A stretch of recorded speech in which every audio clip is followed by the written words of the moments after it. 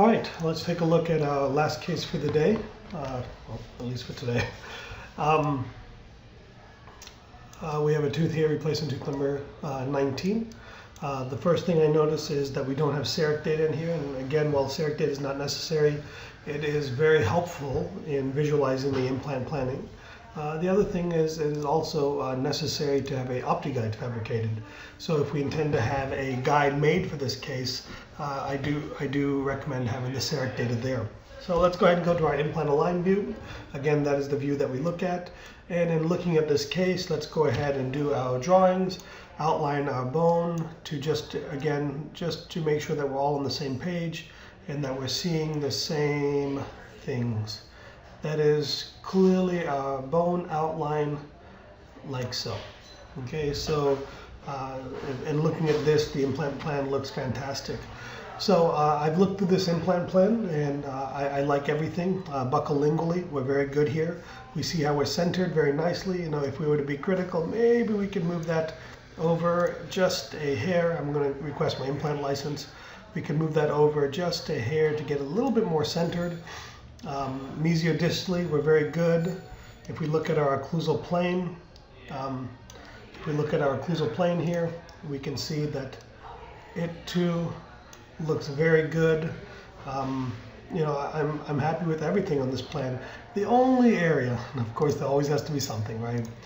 The only area is, let's take a look at this particular area right here. So, and I know I moved this forward a little bit myself, okay? But let's go ahead and do this so we can see.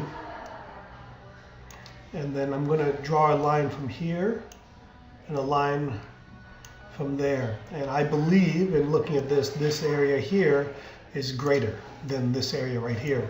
So my only critique on this plan, and let's tell you what, let's just go to the diagnosis tab and we can measure from here to there.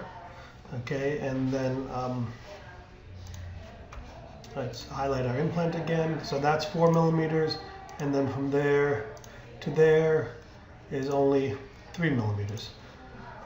So in looking at this, we can see that this area is roughly 3, this area is roughly 4. Again, listen, we're just happy to get the implant in the bone in the right spot, but if we're going to go through all the trouble of having this technology and using this technology and having the guide fabricated, let's just get it right. So again, we can tilt this back, but when we tilt it, now we're just affecting our implant plane. So this is a great example of where we need to go ahead and move it back, just translate the whole implant backwards. Now the only other thing that we can look at is we're a little bit to the buccal from where I moved it. So now we will just tilt it back, and now as I'm tilting it, you can see in the axial view, we are now centered. And that also coincides there. So this was a very good plan, just a couple of minor corrections to make the difference between a very good plan and a really very, very great plan. I like the implant size and everything. I'm very pleased with this plan. Thank you.